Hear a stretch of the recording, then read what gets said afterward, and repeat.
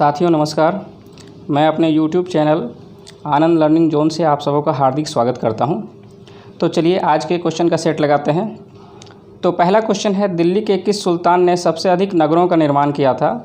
तो हमारा ऑप्शन इसमें हो जाएगा सही, फ़िरोज़ शाह तुगलक। फ़िरोज़ शाह तुगलक ने सबसे अधिक नगरों का निर्माण किया था, लगभग 300 नगरों का उसने निर्माण किया था। और फ़िरोज़ शाह तुगलक के बारे में हम सब जानते हैं कि उसने अपनी आत्मकथा स्वयं लिखी थी जिसका नाम फतुहात-ए-फ़िरोज़ शाही है।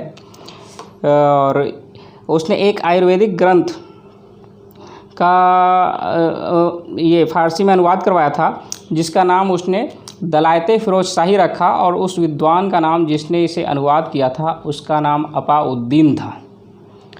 और फ़िरोज़ शाह तुगलक ने चांदी एवं तांबा के मिश्रण से सिक्के भी चलवाए थे जिसका नाम उन्होंने अद्धा एवं विख रखा था। फिर नेक्स्ट हम लोग देखते हैं इसमें कि इल्तुतमिश के बारे में हम लोग जानते हैं कि उसे गुलामों का गुलाम भी कहा जाता है क्योंकि वह कुतुबुद्दीन ऐबक का गुलाम था और बाद में वह गुलाम वंश का द्वितीय शासक बना था। उसके बीच में एक छोटे मोटे शासक आए लेकिन उनकी चर्चा करना यहाँ उचित नहीं है। बलबन के बारे में इतना पता है कि बलबन ने पैबोस और सीधा प्रथा शुरुआत किया था, और साथ ही साथ बलबन जो है सो नौरोज़ उत्सव भी प्रारंभ किया था। सिकंदर लोदी वंश का द्वितीय शासक था, उसने आगरा शहर को स्थापित किया था। ठीक है, नेक्स्ट आगे हम लोग बढ़ते हैं। बंगाल की खाड़ी में समुद्री डकैती हेतु हुगली का उपयोग कौन करता था? तो बंगाल की खाड़ी में समुद्री डकैती हेतु हुगली का उपयोग पुर्तगाली लोग किया करते थे। तो ऑप्शन नंबर हमारा यहाँ पे सी सही हो जाएगा। ठीक है, नेक्स्ट आगे बढ़ते हैं। अगला क्वेश्चन है, डच ईस्ट इंडिया कंपनी ने किस वर्ष अपनी फैक्ट्री पटना में स्थापित की थी? तो डच ईस्ट इंडिया कंपनी जो है सो 1632 ईस्वी में पटना में अपनी कंपनी स्थापित डच लोग करते हैं पटना में। और साथ ही साथ हम लोग जानते हैं कि डच और अंग्रेज़ों के बीच एक युद्ध हुआ था जिसको वेदरा का युद्ध कहते हैं, 1759 ईस्वी में हुआ था। और उस 1759 ईस्वी में युद्ध होने का परिणाम यह हुआ कि डचों को अपनी बोरिया बिस्तर लेकर यहाँ से भागना पड़ा, यानी कि उनकी जो यहाँ पे कार्य करने का जो क्षेत्र था वह सीमित हो गया और यहाँ पे अंग्रेज़ों का प्रभुत्व बढ़ गया। चलिए नेक्स्ट आगे बढ़ते हैं। आधुनिक बिहार का निर्माता किसे माना जाता है?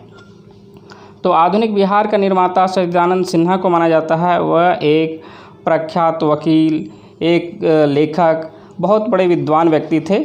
और यह संविधान सभा जो बना था हम लोग का कैबिनेट मिशन प्लान के तहत, उसके प्रथम अस्थायी अध्यक्ष रह चुके हैं, इतना हम सबों को पता है। नेक्स्ट आगे बढ़ते हैं।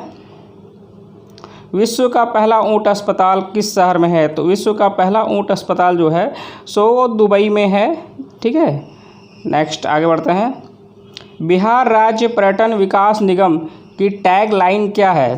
तो बिहार राज्य पर्यटन विकास निगम की टैग लाइन जो है वो ब्लिसफुल बिहार है। ठीक है, सी नंबर ऑप्शन हमारा यहाँ पे सही हो जाएगा। और साथ ही साथ यह बता देना काफ़ी आवश्यक है कि बिहार राज्य पर्यटन विकास निगम की स्थापना जो हुई थी वो हुई थी 1960 ईस्वी में। ठीक है, चलिए आगे बढ़ते हैं। कश्मीर घाटी के अंतिम मुस्लिम शासक यूसुफ शाह चक, जिन्हें मुग़ल सम्राट अकबर द्वारा बिहार में निर्वासित किया गया था, दफन है। तो यूसुफ शाह चक जो है वो नालंदा में वह दफन है और यह कश्मीर का अंतिम मुग़ल शासक था। आइए कुछ अकबर के बारे में जान लेते हैं। तो अकबर के बारे में हम सभी जानते हैं कि अकबर का जन्म 1542 में हुआ था और उसने शासन 1556 ईस्वी से प्रारंभ किया और 1605 ईस्वी में उसकी मृत्यु हुई थी। और उसके बाद उसका बेटा जहांगीर गद्दी पर बैठा था। अकबर ने बहुत सारे महत्वपूर्ण काम किए थे। अकबर के दरबार में नवरत्न रहते थे। ठीक है, अकबर ने मनसबदारी प्रथा को प्रारंभ किया था।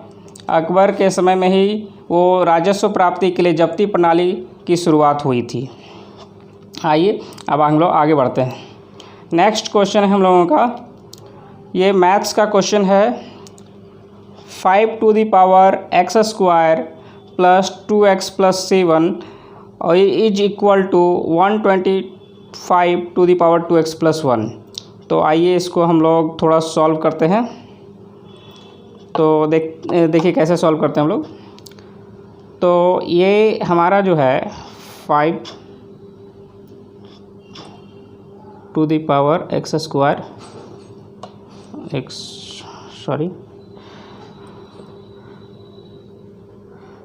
Square plus 2x plus 7 equal to 125 को हम लोग लिख सकते हैं 5 क्यूब, ठीक है, और इसको 2x प्लस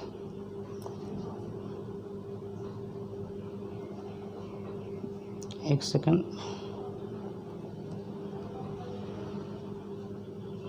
प्लस 1 यहाँ पे ऐसे लिखता हूँ, ठीक है। आगे बढ़ते हैं। तो ये हमारा 5 का पावर जो हो जाएगा x square plus 2x plus 1 equal to 5 to the power 6x plus 3। तो ये 5 कैंसिल हो जाएगा, चूँकि ये भी 5 का पावर है और ये भी हमारा 5 का ही पावर है, तो ये दोनों कैंसिल हो जाएगा, ठीक है। फिर हम लोग यहाँ पे लिख सकते हैं कि x square plus 2x plus 1 equal to 6x plus 1। तो हम सबों को थोड़ा सा हम लोग सही कर लेते हैं, 1 को कैंसिल करते हैं, ठीक है। तो एक्स स्क्वायर, ये 6x इधर आएगा तो -4x इक्वल टू 0 होगा, ठीक है। अब चलिए हम लोग के पास थोड़ा सा नहीं बचा है, अब हम लोग आगे बढ़ते हैं इसको। तो यहाँ पे x हम लोग अगर कॉमन लेते हैं तो x -4 इक्वल टू 0 होगा, ठीक है। यानी x इज इक्वल टू एक 0 होगा और x इक्वल टू 4 भी होगा, यानी x का यहाँ पे, चलिए हम इसको यहाँ पे लेके आ जाते हैं, ठीक है। तो x इक्वल टू एक 0 हो जाएगा, ठीक है, और एक 4 होगा, ठीक है। तो हमारा राइट ऑप्शन बी सही हो जाएगा, ठीक है। चलिए आगे बढ़ते हैं। 2 विद्यार्थियों में से 12 एक जैसी कलम बांटने के कितने तरीके होंगे यदि प्रत्येक को कम से कम 2 कलम मिलना आवश्यक है? तो देखिए 2 विद्यार्थियों में हमको बांटना है, तो एक को ए नाम रखेंगे, मान लेते हैं एक को, और एक को बी कर लेते हैं, तो एक ए और एक बी, ठीक है। तो चलिए ए को अगर मान लेते हैं कि 2 देते हैं तो इसको हम लोग को 10 देना पड़ेगा। एक को जब हम लोग 3 देंगे तो इसको 9 देना पड़ेगा। एक को हम लोग 4 देंगे तो इसको 8 देना पड़ेगा। 5 देंगे तो 7 देना पड़ेगा। 6 देंगे तो यहाँ पे 6 देना पड़ेगा, ठीक है। फिर आगे इसी तरह से हम लोग आगे बढ़ेंगे। तो फिर हम लोग उसको अगर ए को यहाँ पे 7 देते हैं तो इसको 5 देना पड़ेगा ए को, ठीक है। ए को अगर हम लोग 8 देते हैं तो 4 देना पड़ेगा। ए को 9 देते हैं तो 3 देना पड़ेगा, और ए को अगर 10 देते हैं तो 2 देना पड़ेगा। तो टोटल देख लीजिए कितने तरीके हो गए, 1 2 3 4, ठीक है, 5 6 7 8 9, यानी 9 तरीका, यानी बी नंबर ऑप्शन हमारा सही हो जाएगा, ठीक है। चलिए आगे बढ़ते हैं। देश जो रेशम के उत्पादन में विश्व में नंबर 1 है, तो रेशम के उत्पादन में जो नंबर 1 है वो है चीन, और सेकंड स्थान पे हमारा भारत आता है, ठीक है। चलिए नेक्स्ट आगे बढ़ते हैं। आज़ादी के बाद भाषा के आधार पे भारत के राज्यों का पुनर्गठन किस वर्ष हुआ?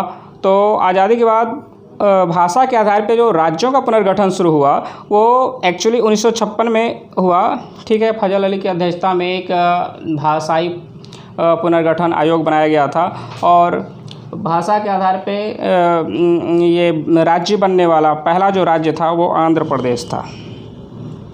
चलिए आगे बढ़ते हैं। बिहार के निम्न देशों में से कौन सा हिस्सा भूतात्विक दृष्टि से अपेक्षाकृत पुराना है? तो भूतात्विक दृष्टिकोण से बिहार को 3 भागों में बांटा गया है।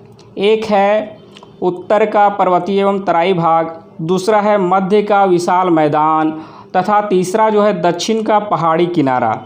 तो ये जो रोहतास का पठार है वो दक्षिण का पहाड़ी किनारा उसी का एक हिस्सा है, और ये जो रोहतास का पठार है, दक्षिण का पहाड़ी किनारा, वो यानी कि दक्षिणी पठारी भाग उसका एक हिस्सा माना जाता है। यानी कि सबसे ज़्यादा जो पुराना होगा इसमें हमारा रोहतास का पठार होगा। हमारा ऑप्शन नंबर सही हो जाएगा ए। ठीक है, चलिए आगे बढ़ते हैं। बिहार का अधिकांश क्षेत्र आच्छादित है। तो देखिए, बिहार का अधिकांश क्षेत्र जो है सो मध्यवर्ती विशाल मैदान का भाग है, जो गंगा एवं उसके सहायक नदियों द्वारा निर्मित है। और गंगा और उसके सहायक नदियां जो हैं सो अपनी मिट्टियों को बहाकर लाती हैं और बिहार में छोड़ जाती हैं। तो इसमें जो होगा वो नदियों द्वारा जो लाई गई मिट्टी होती है वो जलोढ़ मिट्टी होती है, और जलोढ़ मिट्टी को ही दूसरी शब्दों में हम लोग कछारी मिट्टी कहते हैं। यानी बी नंबर ऑप्शन हमारा यहाँ पे सही हो जाएगा। चलिए आगे बढ़ते हैं। भारत के राज्यों में से जूट के उत्पादन की दृष्टि से बिहार का स्थान क्या है? तो देखिए, जूट के उत्पादन में भारत में सबसे पहला स्थान जो आता है वो वेस्ट बंगाल का आता है, और दूसरा स्थान जो है इसमें बिहार का जो हो जाता है। ठीक है, तो यानी कि हमारा बिहार का स्थान दूसरा हो जाएगा। चलिए आगे बढ़ते हैं। पिछड़ी जाति आयोग के प्रथम सभापति कौन थे? पिछड़ी जाति आयोग के प्रथम सभापति काका साहब कालेलकर थे, और यह जो आयोग बना था यह 1953 में गठन हुआ था इसका। ठीक है, कब हुआ था? 1953 में। ठीक है, चलिए आगे बढ़ते हैं। नेक्स्ट है, संघ लोक सेवा आयोग के सदस्य अपने पदों पर रहते हैं। तो संघ लोक सेवा आयोग के सदस्य जो है या तो उनका 6 साल जब पूरा हो जाए, अन्यथा उनकी आयु जो है सो 65 वर्ष कंप्लीट हो जाए। यानी कि डी नंबर हमारा ऑप्शन यहाँ पे सही हो जाएगा। आइए आगे बढ़ते हैं।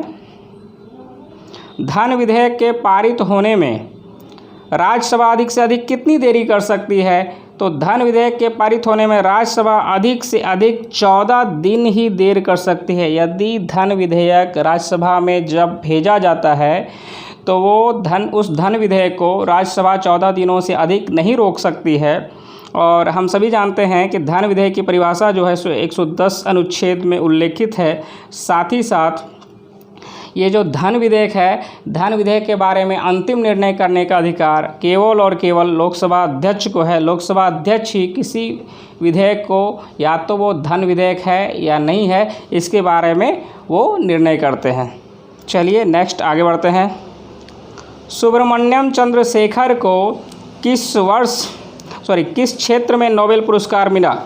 तो सुब्रमण्यम चंद्रशेखर को भौतिकी शास्त्र में नोबेल पुरस्कार मिला है, और वह वर्ष जो था 1983 ईस्वी को। समझे दोस्तों, सुब्रमण्यम चंद्रशेखर एक भारतीय मूल के व्यक्ति थे जो बाद में वो अमेरिका में जाकर बस गए और अमेरिकी नागरिकता को प्राप्त कर लिए। आइए नेक्स्ट आगे बढ़ते हैं। रॉकी पर्वत कहाँ है?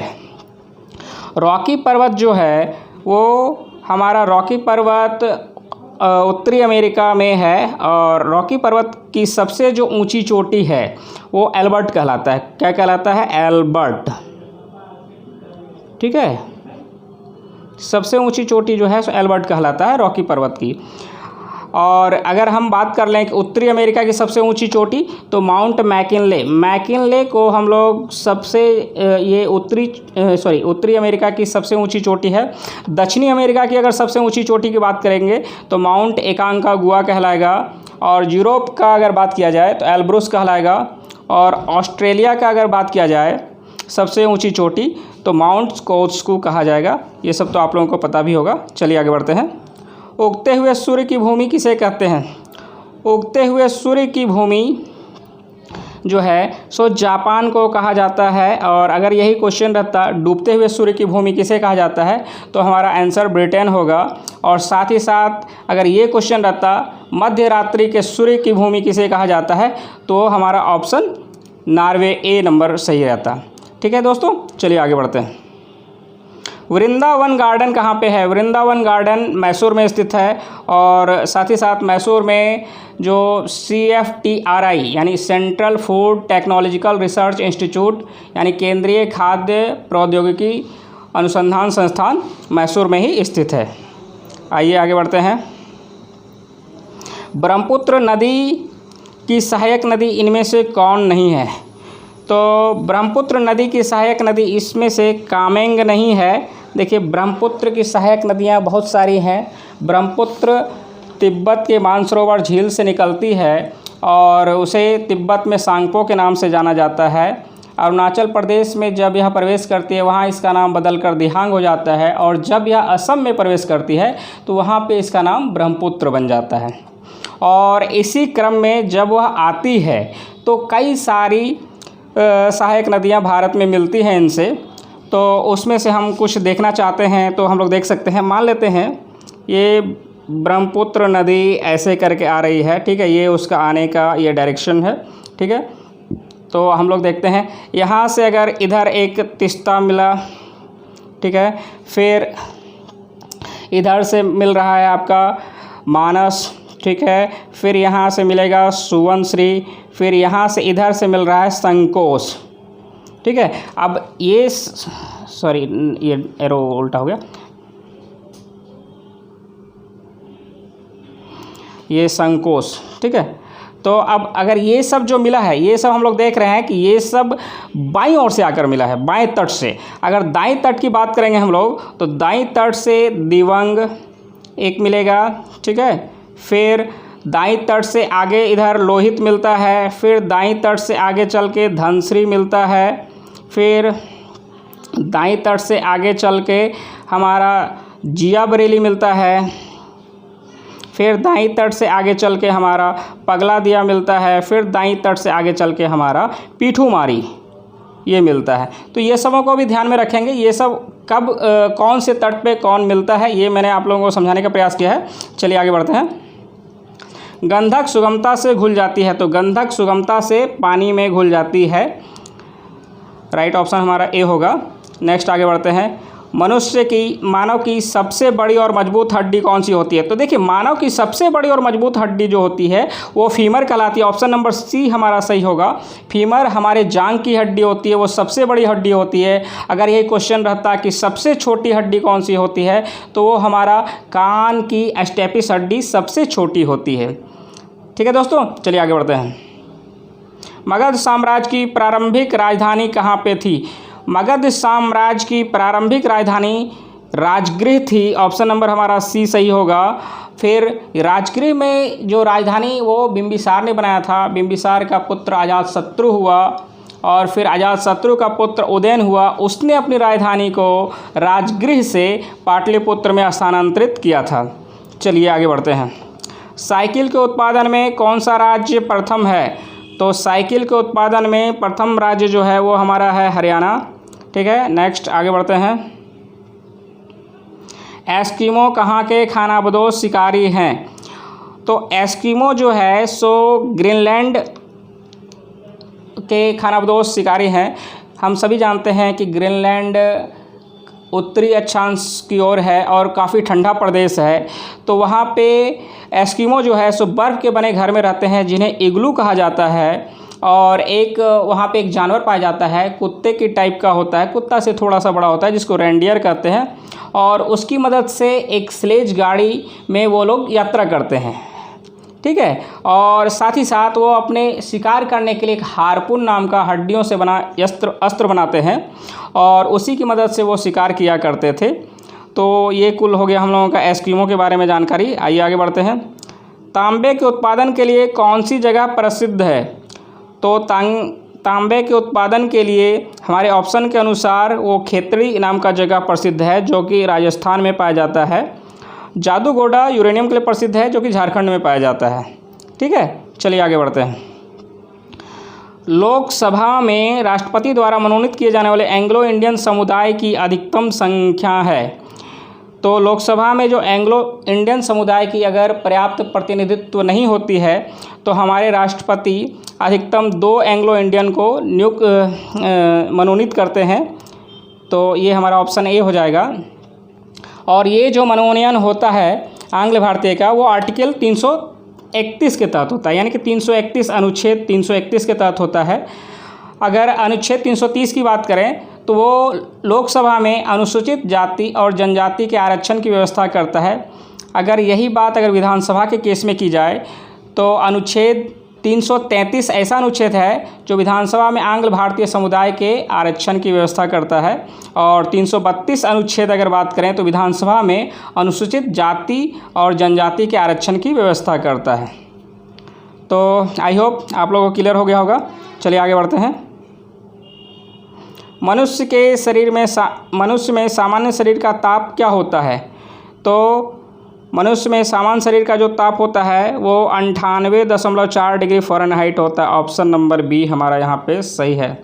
तो दोस्तों इसी के साथ हमारा यह सेट समाप्त होता है। Thank you.